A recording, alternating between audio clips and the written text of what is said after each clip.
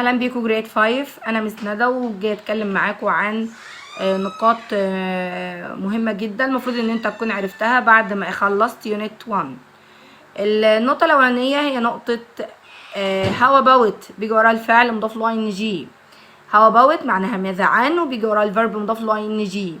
يعني لو جالي في الاختيار يقول لي how about وجايب لي فعل buy ولا buying ولا bought، اختار ايه؟ اختار buying.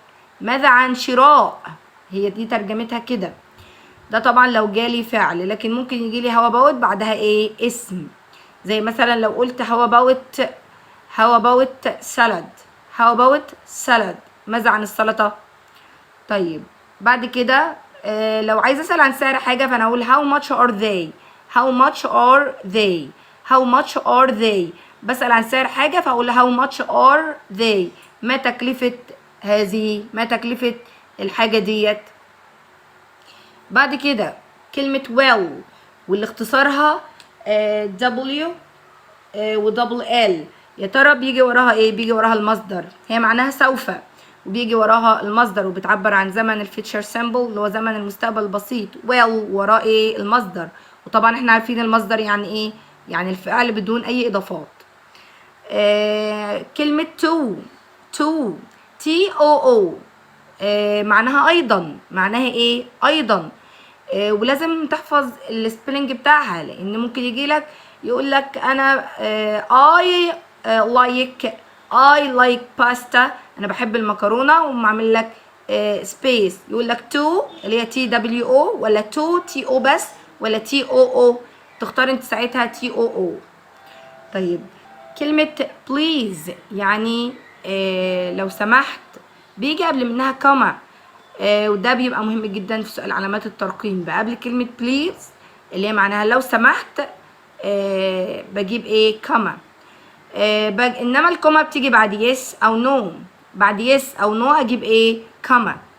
الملحوظة نمبر 7 هي ان كلمة this morning بتدل على الباست، يعني بتدل على الماضي. this morning هذا الصباح. طبعا الصباح، هذا الصباح، يبقى معنى كده ان انا عديت الفترة دي، يبقى انا بتكلم عن حاجة حصلت في الصباح، يبقى دي ايه؟ حاجة حصلت وخلصت، يبقى بيدل على الباست. الماضي من باي bought. الماضي من باي bought، يعني باي present يشتري، لسه بيشتري، لكن الباست بتاعها bought يعني اشترى وخلص. نمبر 9 معلومة مهمة جدا، هي ان الوجبات بتاخد حرف الجر for. يعني الوجبات عندي 3 meals in the day، عندي 3 وجبات في اليوم: breakfast lunch dinner. قبل breakfast اجيب for، وقبل lunch اجيب for، وقبل الدينر اجيب for. يبقى اقول for breakfast، for lunch، for dinner. لو بحب حاجة وعايزة اعبر عن ان انا عايز الحاجة دي فاقول I would like، واقول اسم الحاجة اللي انا عاوزها. I would like، I would like، I would like، واقول اسم الحاجة اللي انا عاوزها.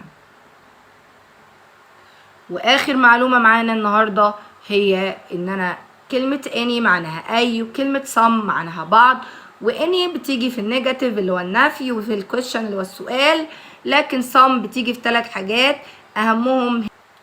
يا ترى لما شفت المعلومات دي انت تقدر تدي لنفسك كم من 10؟ كنت عارف كم معلومة فيهم؟ لو انت كنت عارف كلهم ياريت تدي لنفسك الدرجة في التعليقات.